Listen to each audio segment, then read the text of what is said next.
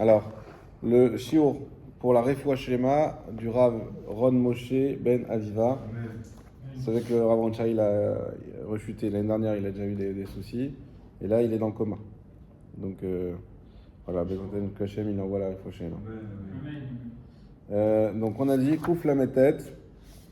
Bienvenue à Raphaël et à Eliaou. Et vous êtes toujours les bienvenus. Alors, Kouf la tête. Non, c'est avant. Donc, la Chavruta s'est bien passée, il n'y a pas eu de questions, tout était clair? Ça va? Ouais. Comme de l'eau de roche, très bien. Alors voilà. Donc, Azmana, la Lia, la Torah, donc on fait dans le à la Chaboura. Ceux qui voudront en commander, on peut en commander. Il a reçu les Gemarot, mais il n'y a plus personne qui en a besoin. Parce qu'on avait commandé les Gemarot, c'était pour Ben et David qui ne sont plus là. Et si vous avez besoin de Mishabura aussi, on peut les commander. Bon, éventuellement, on peut les acheter, on les laisse là. On peut les acheter, on les laisse là. Elles sont chez Yosef. Tavolav Beracha. Azmana la Torah. En Adam Racha, il a la Torah. Et là, une Ken, Azminou la Lot. Donc ça, on avait déjà fait ça. Qu'une personne ne peut monter la Torah que si on l'appelle. Donc ça, c'était le sujet. Que tu ne peux pas monter de ton propre chef, simplement il faut qu'on t'appelle. Je passe parce que ça, on l'avait déjà fait. On l'avait déjà fait. Non, c'est dans le bête. Dans le David, c'est Guimel. Moi, c'est dans le Gimel que je l'ai. Hein. Afilu Rosh Chaza, non, c'est le Gimel. C'est le Gimel. Mikro le Kolole Bishmo. On avait vu également qu'on appelle par le nom. À la base, c'est un minhag ashkenaz, mais qu'il y a beaucoup de Sfaradim qui appellent par le nom. Et que d'autres Sfaradim, non. Ils disent juste Olé Aliyah Rishona, Aliyah Shniya. Et ils disent pas le nom de la personne qui monte. Ah, c'est Ashkenazim qui Ashkenazim, à la base, c'est Ashkenazim. Mais il y a beaucoup de Sfaradim. Moi, je me rappelle, comme on disait, qu'en France, à chaque fois, même dans les pilotes Sfaradiotes, on disait le nom. Mais ici, ils disent pas le nom dans tout truc, dans la plupart des kilotes Sfaradiotes. Et en réalité, c'est un minhag de base Sfaradi de pas dire le nom. J'avais vu déjà dans sa époque, avant le lecture de la Torah, il distribue des plaques avec les chiffres. Aussi, voilà. C'est plus, Ça, c'est pour faciliter. Ouais, voilà. Non, mais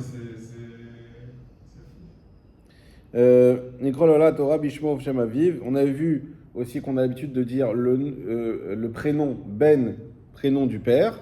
Et on avait également expliqué que si le père c'était quelqu'un qui était connu pour être quelqu'un de pas bien, alors on disait le prénom du grand-père. Prénom du grand-père. Hein? Pas de la mère. Okay. À la Torah, c'est toujours père ou grand-père. Ou si on ne sait pas qui est le père ou qui est le grand-père. Hein? Ben Abraham. Abraham, exactement. Ben Abraham, ou un converti, ou tous ces cas-là. Ben Abraham. Et ça, pour ce qui est écrit Rav Amon Goïm. Abraham, il a reçu la bracha de Rav Amon Goïm, que de toi va venir beaucoup de peuples.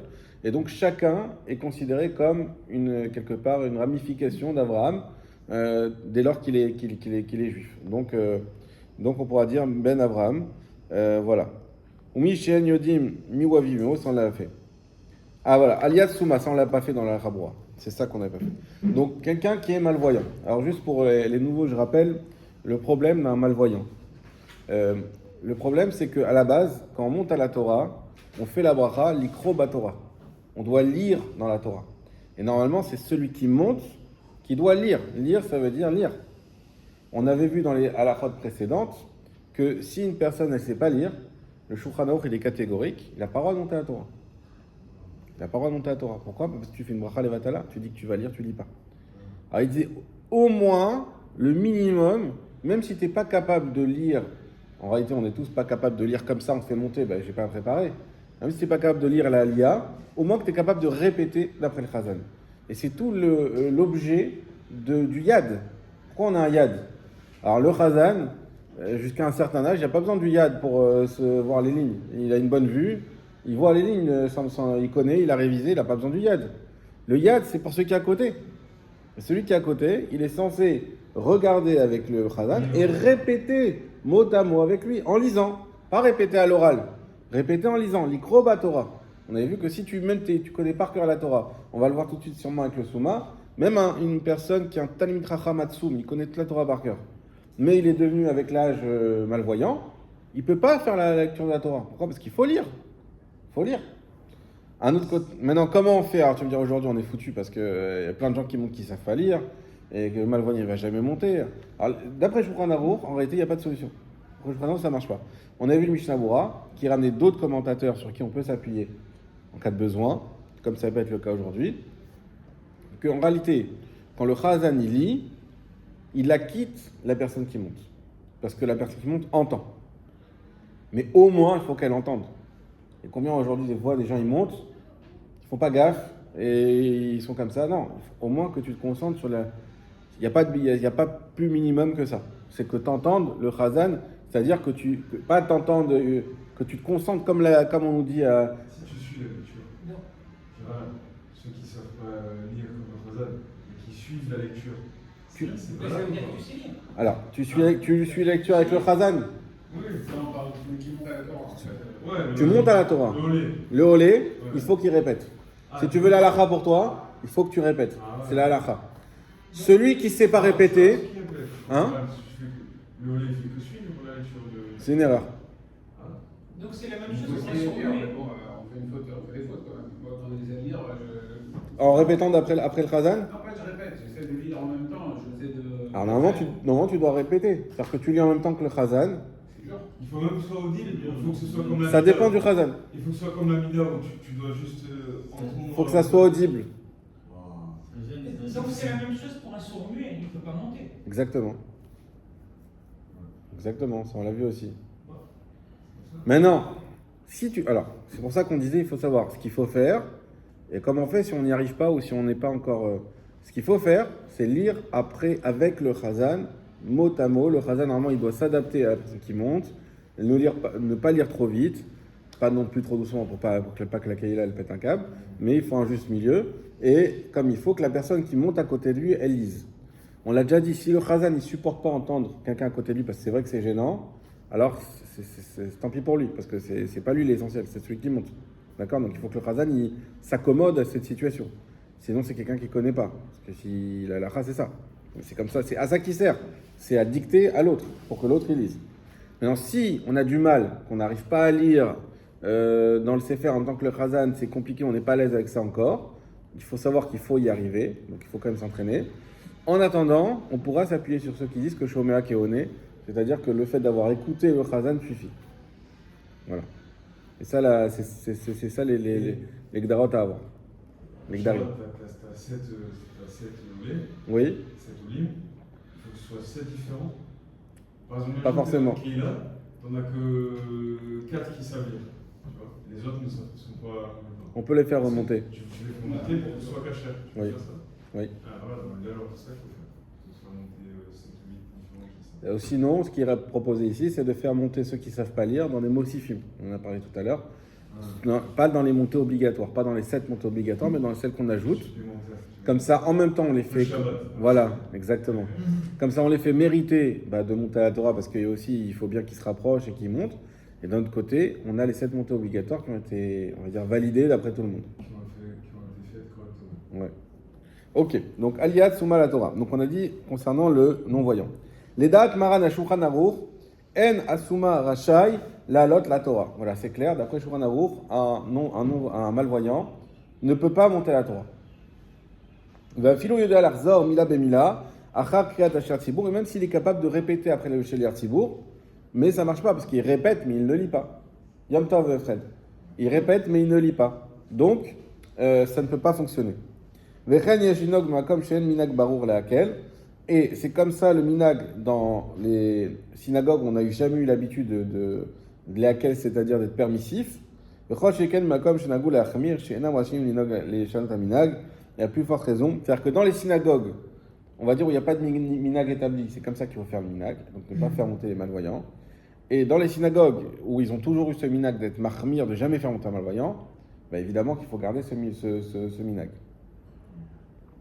Mikol makom, im gvar ala la souma la Torah. Maintenant, si le malvoyant est déjà monté à la Torah, en moredinoto, qui est chez le vaisho, on ne va pas le faire redescendre pour pas lui faire honte. Donc, on ne fait pas honte à la personne. Dans ce cas-là, on verra pourquoi on le refait. Parce qu'il faut bien comprendre. À partir du moment où il y a un chilou Hashem, dans le sens où on va dire le nom d'Hachem pour rien, alors s'il fallait le faire redescendre, on l'aurait fait redescendre. Mais là, on va voir qu'on a sur qui s'appuyer pour quand même dire que, comme on dit, Bedi Avad, maintenant que c'est fait qu'il est là, alors on va pas lui faire honte parce qu'on a sur qui s'appuyer. Mais les Khatrila, mais de base, si on savait qu'il était malvoyant, alors non, on l'aurait pas fait monter. Ou si on connaissait la halakha, c'est possible que la personne qui l'a fait monter ne connaît pas la halakha. C'est quand on passe du Khila Satrela au Bedi Avad qu'on l'a fait. Voilà, exactement. On a dit sûrement c'est. Voilà. Il ne voit pas, au PTT, il ne voit pas, trop tard. Trop tard parce que c'est honteux si tu l'as appelé, et voilà. Oulam. Berov amekomot nagou laquelle alot selon la Torah. Cependant, dans la plupart des endroits, on a pris l'habitude d'être permissif et de faire monter les malvoyants. Les Rechaim lismoch al minagam afiou le chatrila, et ils peuvent s'appuyer sur leur minag, même les chatrila, c'est-à-dire ils savent qu'il est malvoyant, ils le font monter quand même. Pourquoi? Venachon lachmir sheosifu al minyan haolim beofen shu shiva haolim sheodim likro mila bemila achashat tzibur milevad asuma. Mais ça sera quand même bien dans ce cas-là de faire attention qu'on ne fasse pas monter le malvoyant dans les 7 montées obligatoires. Et de faire monter des gens, comme on l'a dit juste avant, qui sont capables de lire mot à mot dans la Torah dans les 7 montées obligatoires. Oui, même chara d'avoir, et si la chose est possible, velo yavou l'idée marloquette, et qu'on n'en arrive pas, vous verrez, on a vu souvent cette expression, qu'il y a des choses qu'il faut mieux faire, mais attention, pas si ça provoque une dispute. Donc si la chose est possible et qu'elle ne provoque pas de dispute, Nachor she'arzor la Shar Tzibur akore batora alotam sukim shekera suma. C'est bien que le Shar Tzibur relise ensuite les psukim qu'il a déjà lus avec le malvoyant. Comme ça, quelque part, il n'y a pas des psukim, parce qu'on a vu que même si on rajoute des montées, normalement, la meilleure façon à faire, qui est un peu plus compliquée, c'est de rajouter, mais pas de relire la même chose quand on fait des ajouts. C'est que par exemple, au lieu d'avoir une 7e montée avec 40 psukim, eh ben, on va faire 3 montées avec 3 pasouks, ça va faire 9. Et après, les 31 restants, on va faire le Shevi. Mais on ne va pas prendre un passage et le répéter. Ça, c'est pas le mieux. Donc, on peut avoir des moussifim, faire monter un malvoyant dans un moussif, mais qu'à la base, on n'aurait pas forcément répété ces psukim, on aurait continué. Là, on dit, vu que c'est un malvoyant, même si c'est un moussif, même si c'est un rajout, c'est pas les 7 montées obligatoires, il serait bien quand même de faire en sorte de relire ce passage, si ça ne crée pas de dispute, etc. Ça passe crème, comme on dit, et pas qu'on va dire, mais c'est bizarre, pourquoi on relit, parce qu'il est malvoyant, non. Il ne faut pas que ça crée des disputes. Mikol makom, keshmotim sfarim, et de toute manière, à partir du moment où on sort de Sefer, vechol sheken parashat zachor, parashat para, il y a plus forte raison dans les lectures de zachor et de para, comme on avait déjà dit, qui sont zachor de Horaïta, d'après beaucoup de décisionnaires, et para, d'après une bonne moitié. C'est quelle période déjà ça? C'est juste avant Pessah. Zachor, c'est juste avant Purim, donc un mois avant Pessah, et Para, c'est à la suite.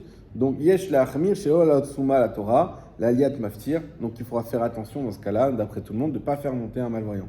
Parce que ce sont des lectures, on va dire, obligatoires d'après la Torah, d'après beaucoup de décisionnaires. Et donc, il faut être vraiment précautionneux d'avoir une personne qui va savoir lire et qui peut lire. Déjà, un malvoyant, il ne peut même pas lire, c'est pas de sa faute, mais c'est comme ça. Donc, il faut quelqu'un qui puisse. Quoi? Oui, exactement. Et même dans un endroit, on a l'habitude de faire monter un malvoyant. C'est-à-dire que même dans ces endroits-là où on fait monter le malvoyant habituellement sans problème, là, pas pour ces montées-là précisément. Vesuma gam cheresh sheno shomea, et un malvoyant qui est également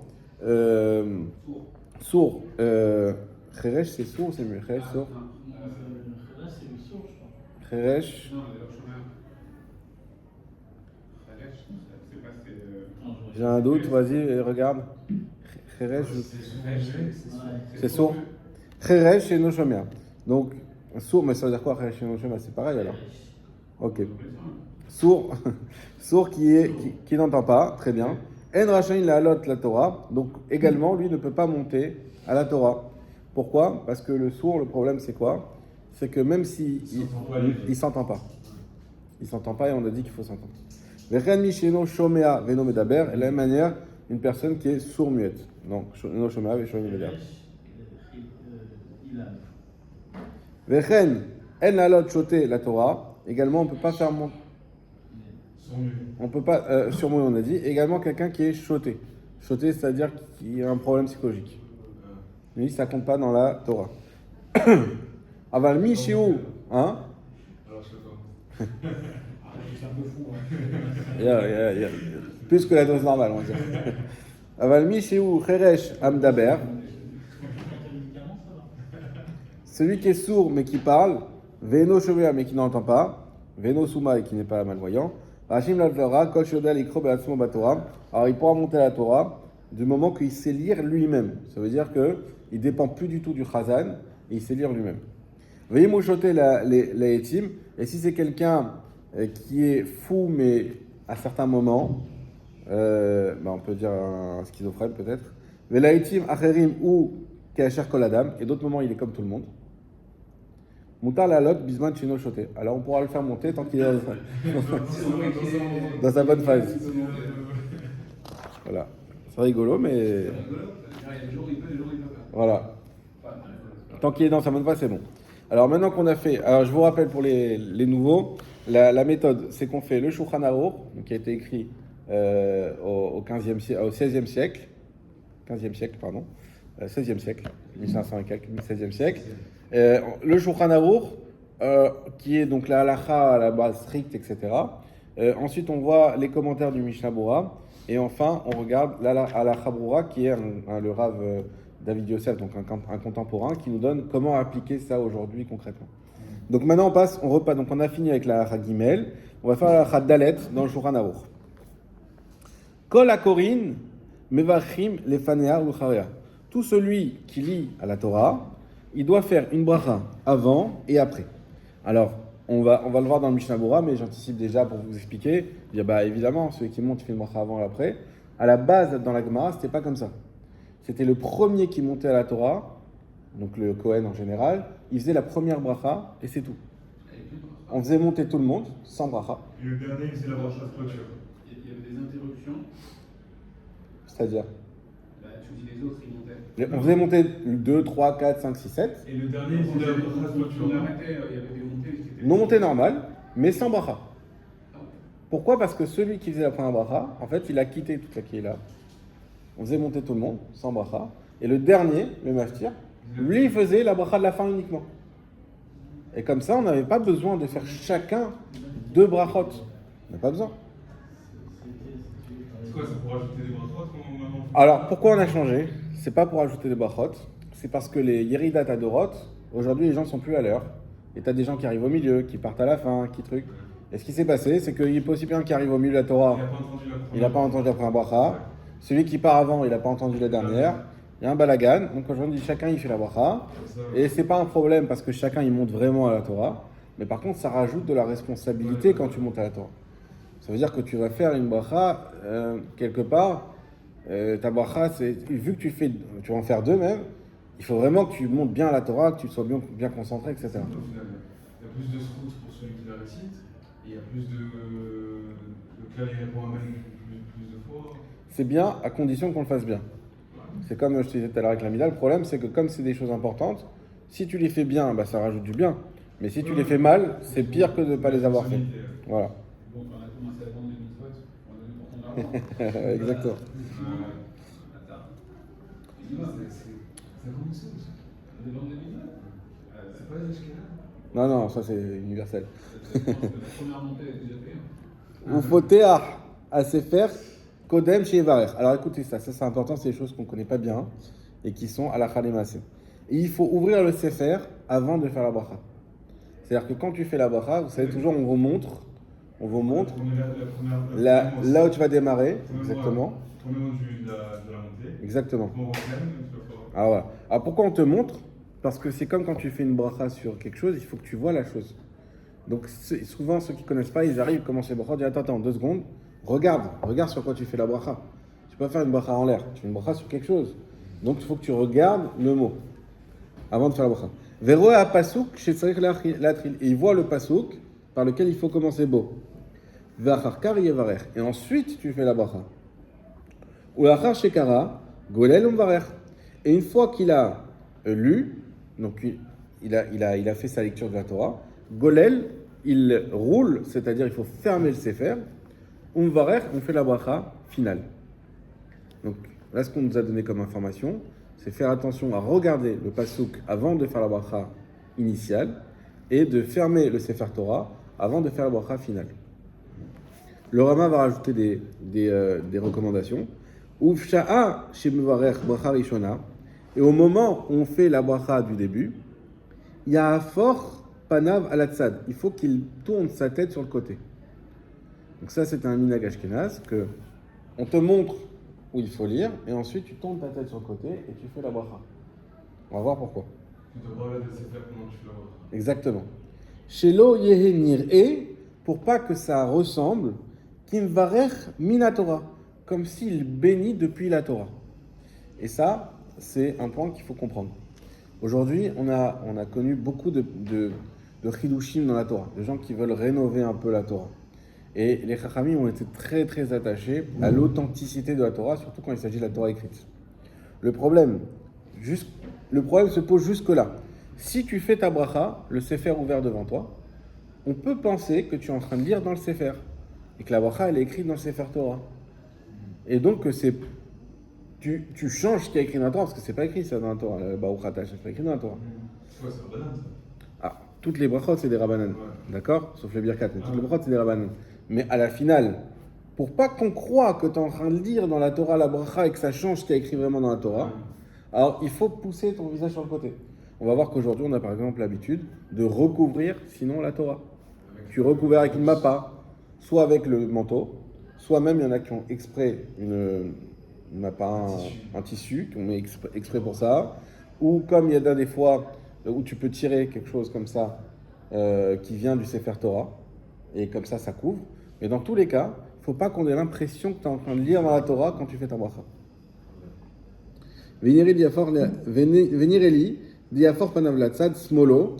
Et le Rama, il rajoute que il faudrait tourner sa tête, non seulement tourner sa tête, mais tourner sa tête du côté gauche. Il dit, il me semblerait qu'il faudrait prendre la précaution de tourner la tête du côté gauche. C'est-à-dire du côté du sefer. Je ne sais pas si du côté du Sefer. Toi, tu es à droite du Sefer. Le volet, il est à droite du Si sefer. t'es à droite, le sefer est à gauche, on avait vu que du coup tu vas faire comme ça. Tiens, mais ça par exemple, c'est une obligation Ah, on va voir. que le volet il soit à droite ou à gauche. Je ne sais pas. C'est une bonne question. Pour l'instant, on n'a pas parlé de la position de la personne par rapport au Sefer. Non. Oui, oui. Bah, Non, mais ça, c'est- alors nous, si tu veux, ici, les... Tu vois, après, tu feras ça, mais bon, c'est un truc comme ça. Nous, c'est ce qu'on a, on va essayer de comprendre, et c'est pour ça qu'on a aussi cette étude, c'est de comprendre les choses en profondeur, savoir qu'est-ce qui est de l'ordre de l'obligatoire, du minag ou du comme ça, qui n'a aucune obligation. On va voir. Voilà, on peut dire ça comme ça. Alors, on va faire le Mishnah Bura d'Alet. On dit Kol HaKorin, tout celui qui dit dans la Torah, il faut qu'il fasse une bracha avant. Af de Medina, lo yatzarech levaer, ki marishon bracha rishon, vachon bracha acharona. Même si, d'après la stricte loi, nous n'avions l'obligation que le premier lise la première bracha et le dernier la dernière bracha, v'amtsaïm yotzim birichatam, et que ceux qui sont au milieu ont été acquittés par leur bénédiction. C'est exactement ce que je vous ai expliqué tout à l'heure. V'afal piken, malgré tout, takinu rabanan mishum anichnasin vayotzim be'emsa kriya. Les chachamim on va dire institué, de rajouter que chacun fasse les brachot. Pourquoi? Pour ceux qui sortent et rentrent au milieu de la lecture. Shelo ishmeu birkat apoteach ve'achotem ve'emu shekorin batorah bli bracha. Alors c'est même pas, tout à l'heure je vous dis c'est parce qu'ils vont pas être acquittés, c'est même pas pour ça l'essentiel. C'est parce que il faut pas qu'ils pensent qu'on ait lu la Torah sans bracha. Pour pas qu'ils pensent qu'on ait lu la Torah sans bracha. Quoi, ceux qui arrivent au milieu de lecture. Ouais, ou qui partent en cours de lecture. Quand on fait le premier, il fait la bracha initiale et le dernier fait la bracha finale. Quelle est la raison? C'est que Oui, il y a des gens qui partent en avance, c'est compris. Et c'est pour eux qu'on fait. Exactement. C'est bon. V'chol echad ve'echad me'olim yevar yitcha vasof kemo shenahug hayom. Et chacun qui monte fait la bracha au début et à la fin, comme on a l'habitude aujourd'hui. Très bien. Tedvav. Mevachin nefanea l'acharea. On a dit qu'on devait faire la bracha avant et après. Iné l'acharea chez birkat asher natan. Alors, on va voir quelque chose de très intéressant qui arrive souvent si on s'est trompé. Vous savez, asher natan, asher bachar ban ou mikolamim. Alors, le moyen mnémotechnique de s'en rappeler, c'est que Bachar c'est un bet, donc c'est deuxième lettre de la Torah, et Nathan c'est un Nun, c'est après. Donc le Bachar c'est la première Bachar, le Nathan c'est la deuxième. Maintenant si on s'est trompé, aujourd'hui ça, je vous assure, 100% j'ai vu des erreurs là-dessus, que quand celui qui se trompe, on le fait recommencer. On va voir que non. Si tu te trompes, t'es valable quand même. tu commences par Nathan, tu finis par Bachar, c'est 100% valable. C'est juste les khatrila. C'est juste au mieux qu'il faut faire d'abord Nathan, d'abord Bachar, pardon, voilà, moi je m'embrouille, et après Nathan. Ça, c'est. Ça veut dire quoi, recommencer? La bracha entière? Bah, Parce que oui, t'as- ce qu'il y a en pratique, c'est que le gars, la charlatane, tout le monde qui s'excite, ah, c'est Bachar, Ouais. et il se reprend, il dit Bachar, Alors, moi, j'ai vu très souvent. Alors, ça, s'il fait ça, t'as raison, c'est bon. Parce que c'est pas. Mais j'ai vu souvent qu'il recommence Baruch Ata Hashem. Ah ouais. Il recommence Baruch Ata Hashem, Shah Bachar. Et ça, c'est un problème. On va voir aussi s'il a fait Bachar, il refait Bachar. Voilà ou pas? C'est pas qu'il a inversé. Il a fait Bachar en premier. Il est sorti, il a fait le fait. On va valider. Alors, on va voir. Bien sûr. Inela Acharea. Voici que, ça c'est après. Chez Birkaz Asher Nathan, que c'est la bracha Asher Nathan. Donc Asher Nathan, c'est la bracha d'après. Les Koulé Alma des Rabanan. Écoutez ça aussi c'est pas connu. D'après tout le monde, cette bracha de Asher Nathan, elle est des Chachamim. Ou le Fanea, et celle qu'on fait avant, chez Birkat Asher Bachar, qui est la bracha où on dit qu'Hachem nous a choisi parmi les peuples, Asher Bachar. Yeshdeon de la Voxim, im, i de Dvar Torah, ou des Rabanan. Il y a une marque loquette. Est-ce qu'elle est de la Torah ou des Chachamim? Ve'anemile. Et selon ces mots, que chez l'Oberach Adain Birkat Torah, celui qui n'a. Alors, ces brachot là, si je fais une petite parenthèse, en principe, on les a déjà faites. Elles sont dans les brachot du matin à la fin. Ce sont les dernières brachot du matin. C'est Asher Bachar, Asher Natan, on les fait. Et après, on fait le pasouk des Kohanim, Vaïdaber. D'accord?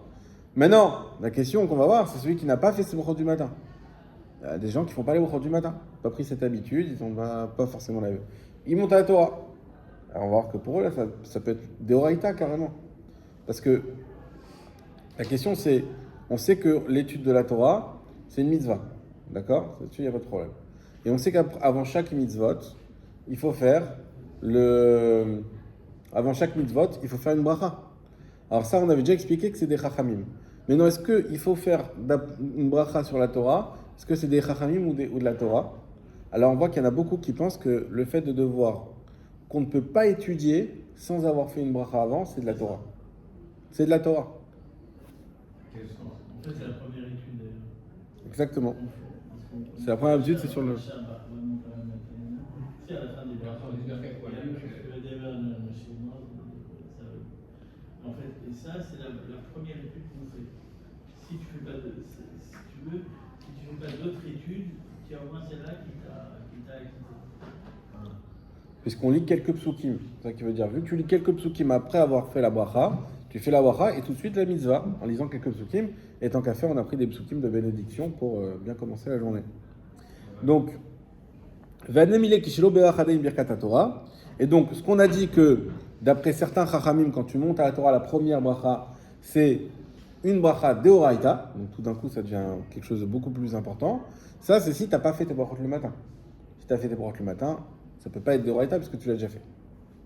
Aval imberach var birkat Torah le kule alma ide rabanan. Par contre, s'il a déjà fait ses brachot le matin, ça, d'après tout le monde, c'est sûr que même la première bracha, elle est des rabanan. Shenit kena mishum kevod atzibur kmo shekatuv seifret. Ça, c'est aussi très important. On peut se dire, mais attends, ça sert à quoi de refaire ces brachot qu'on monte à Torah? On les a déjà faites tout le matin. On est déjà quitte, on vient d'expliquer. Donc ça peut être bracha levatala. Et alors, c'est une bracha qui vaut pour... À chaque fois que tu vas ouvrir un livre, tu vas faire la bracha? À chaque fois que tu manges un truc différent, tu vas faire une bracha. Alors, si maintenant... Alors là t'as refait? On a étudié, maintenant je prends un euro. Entre le moment le matin, si j'ai mangé une pomme le matin et que je la remange à 15h, je refais une bracha. Très bien. Non, mais là, le fait que les gens ils condamnent, et si eux n'ont pas fait la bracha du matin, ça vraiment une scène de cette vision. Alors, toi, tu veux voir une vision pour le Tzibour. Très bien, ça c'est intéressant. Mais la question qui pose David, sous-jacente, c'est de se dire, attends, mais est-ce que... Oublions tout ce qu'on connaît. Quand chaque fois que je mange et que je suis dans un repas, je referai de nouveau une bracha. Dès qu'ensuite je finis mon repas et qu'il y a ce qu'on appelle un sec, c'était à la fin d'il n'y a pas longtemps, je quitte le lieu, je change d'ambiance, etc. Je mange quelque chose de nouveau qui n'était pas prévu, je dois refaire une bracha. Pourquoi la Torah, on ne refait pas des brachot toute la journée? Pourquoi on n'a pas fait Asher Natan Lanou avant d'ouvrir le livre du Shulchan Aruch? On a refait une nouvelle étude. Alors les chachamim, oh, vas-y. Non, parce qu'en fait, c'est une obligation de lire la Torah. Ah, parce qu'on va l'étudier à chaque instant, non? Exactement. Lo yamush sefer Torah, azeh mipicha. Ne doit pas quitter ta bouche ce sefer Torah là.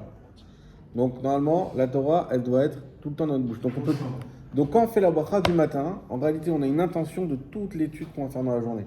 Même s'il y a des interruptions, mais en réalité, tu es toujours tu es censé être toujours entouré de la Torah. Donc même si tu es en train de faire autre chose, mais tu es toujours en Ben Torah. Il n'y a pas un moment où tu es déconnecté de la Torah. Exactement. Donc c'est plutôt, la question elle vient ici maintenant. Pourquoi on fait la bracha comme la Torah? Donc maintenant on comprend mieux la question. La réponse qu'il me donne ici, et qu'il a dit on va le développer plus loin dans le chapitre 8, c'est Kvod HaTzibour. C'est pour le Kavod du Tzibour, c'est pour le Kavod de la Keila qu'on rajoute ces brachot-là.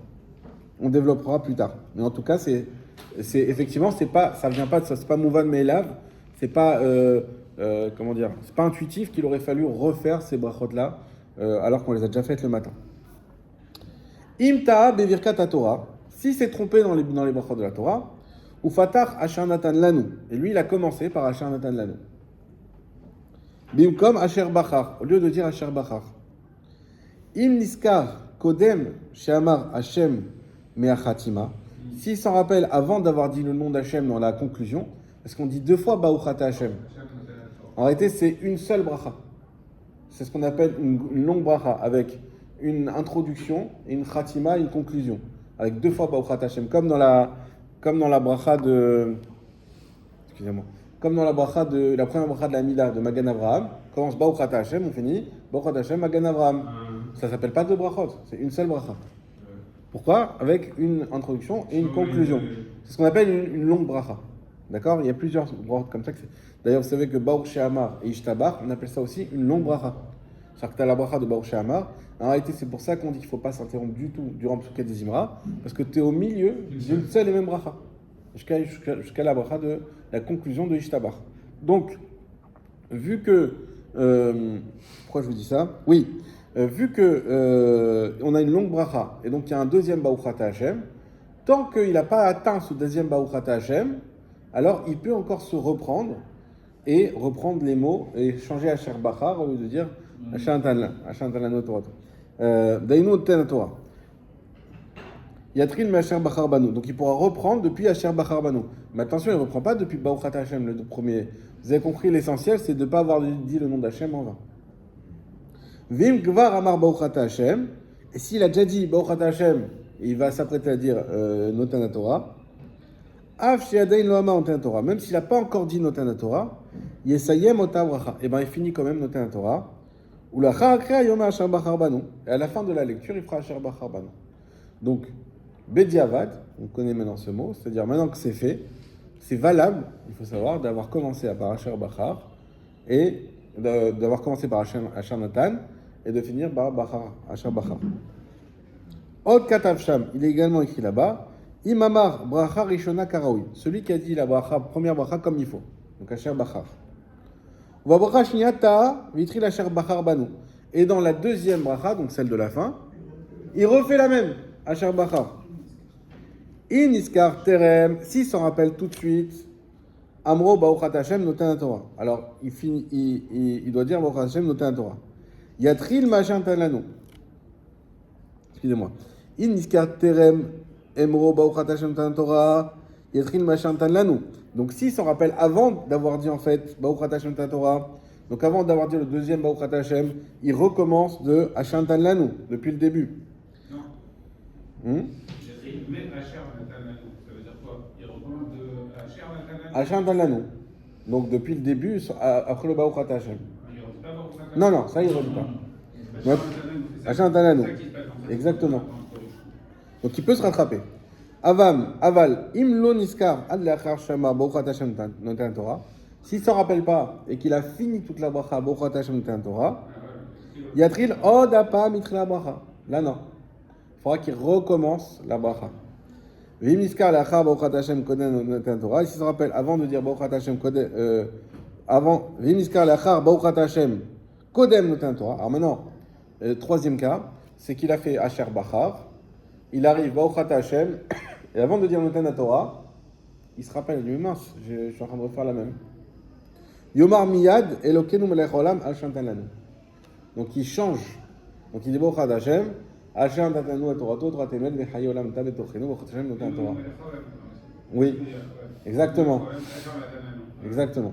Là, il change à ce moment-là. Il switch à ce moment-là. Genre, faut hyper bien maîtriser la phrase et savoir. Voilà. Bon, écoutez, on va. Ça veut dire que si personne t'a corrigé, et que t'es allé au bout, et donc t'as fini ta bracha, et là il y en a un qui vient, qui dit tu t'es trompé, t'as pas dit là ce que tu fais comment, tu refais ta bracha. Faut la recommencer. Parce que t'as pas. On accepte que tu puisses changer l'ordre des brachot, on n'accepte pas que tu en sautes une. Comment c'est possible que personne te corrige? Bah, ça, des fois que. Il y a un synagogue où il y a du bruit, c'est le bazar. Voilà. À Simchat Torah. Ouais. On fait monter toute la synagogue, et nous on est tous en train de lire des commentaires, on va dire, pas gentils pendant ce temps-là. Voilà, il faut. Bon, il y a des situations où on ne fait pas attention.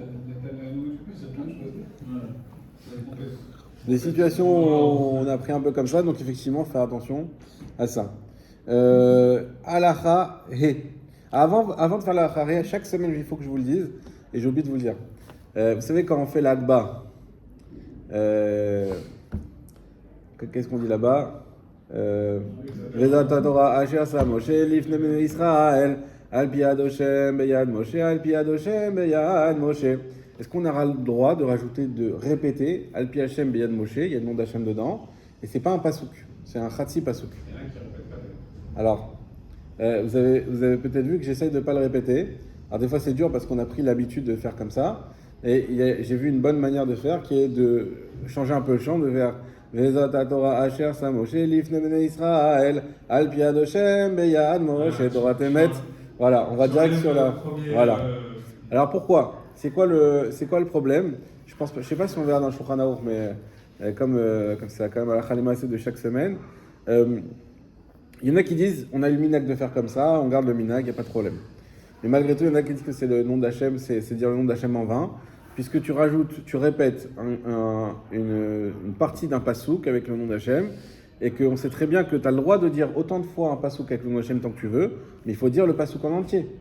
Le meilleur exemple, c'est quand tu dis Baruch Ata Hashem, tu veux faire une bracha, par exemple, tu veux faire Boré Periaetz, et tu dis ah mince, c'est le jeûne du Distevet aujourd'hui, je peux pas, qu'est-ce que tu fais? Tu dis la Medeni Rokecha. Je ne sais pas si vous avez déjà entendu cette halakha. Si tu as déjà dit Baruch Ata Hashem, exactement. Tor Kedei Dibur. Tu dis la Medeni Rokecha. C'est quoi? Tu as dit, t'es jeune du Distevet, tu veux prendre ton café le matin, tu as oublié que c'est le jeûne à ce moment-là, et tu veux faire Shakol. Baruch Ata Hashem, et avant de dire Shakol Ni Amidvaro, ah non, c'est le jeûne du Distevet. Alors c'est un problème parce que d'un côté, tu as dit déjà Baruch Ata Hashem, c'est un problème de Raïta. Et de l'autre côté, c'est jeûne du Distevet. Alors tu dis, bon, qu'est-ce que je fais? Eh ben, je dis Lamedeni Chukecha. Pourquoi? Parce que Baruch Ata Adonai Lamedeni Chukecha, c'est un pasouk du Teilim. Donc j'aurais pas dit le nom d'Hachem pour rien. J'ai dit un pasouk entier. Tant que je dis un pasouk entier, je peux le dire sans problème avec le nom d'Hachem. C'est un pasouk, c'est validé. C'est une étude de Torah. Donc comme ça, je me rattrape. Donc, mais ça, c'est parce que j'ai dit le pasouk en entier. C'est dans ce cas-là, le Distevet, qui a jeune femme, que s'il a dit la bracha entière, tu goûtes un peu. Alors, ça je voulais pas le dire, tu vois. Je voulais pas le dire, mais ça c'est si tu as fini la bracha. Chez Akol Navid Varo, tu goûtes un petit peu parce que c'est un dérabanan de goûter. Ça c'est autre chose. Surtout c'est un bon café. Voilà. Il y en a pour qui c'est sacré le café du matin. En tout cas, donc tant que tu dis le nom d'Hachem dans un pasouk entier, ça va. Mais si tu dis le nom d'Hachem dans un Chatsi pasouk, alors il y en a qui disent c'est le nom d'Hachem pour rien, d'accord? Et d'autres qui vont dire bah si on a le minag comme ça, on a le minag comme ça. En réfléchissant un peu, tu peux dire est-ce que ça vaut le coup de entre guillemets prendre le risque juste pour une chanson? Je pense pas. Donc il suffit de changer un peu la tonalité et je trouve que ça passe pas mal. Donc ouais. C'est surprenant ce que tu dis. Moi je croyais que le nom de Hachem c'était essentiellement dans une bracha, c'est qu'il fallait pas le prononcer en. Et après ça arrive parfois quand on dit le nom d'Hachem dans un contexte qui est pas bracha et c'est pas le nom d'Hachem. Alors si c'est un Dvar Torah, oui. Tu peux. déjà, alors ça, yesh ve yesh. Il y a les Sfaradim qu'on est beaucoup plus mekil d'utiliser le nom d'Hachem dans un Dvar Torah. Mais les Ashkenazim sont beaucoup plus mahmirim. Et j'ai l'impression que l'influence ashkénaze a été assez forte. Alors, on dit quoi? On dit Hachem, on dit Elohim, on dit... mais les Sfaradim purs, ils peuvent dire le nom d'Hachem vraiment ou Elohim avec, normalement, en plein de Vartora, même s'ils disent pas tout le pasouk, parce que c'est dans le cadre de l'étude. Mais là, c'est pas une étude. Là, on est en train de chanter. Alors, on cite un pasouk, mais tu cites la moitié du pasouk comme ça. Alors, par exemple, quand on fait le matin, quand on fait Shabbat Yerushalayim, Oui. le nom d'Hachem, et il y en a, ils ont des fois l'habitude, parce qu'ils veulent le chanter comme on le connaît maintenant, ils font deux fois, donc ça va le même problème. Exactement. Et certains font pas. Exactement. Donc, il faut pas faire. Non, mais des fois, dans les Shabbat, Ouais. Les chants de Shabbat, voilà. Après, il faut. Un chant, c'est encore autre chose. Un chant, c'est un chant. Ça veut dire c'est pour chanter. Non, mais là, on est. Ouais. Quand c'est le refrain, c'est obligé de dire. Le chant, c'est du Kiddush Hashem. Quand tu chantes à Shabbat. C'est pour ça, je te dis, il y a ceux qui vont dire non, on a eu le midag et c'est tout. Il y a d'autres passages aussi. Donc, c'est un refrain avec le nom d'Hachem dedans et le nom de Hachem. Bon.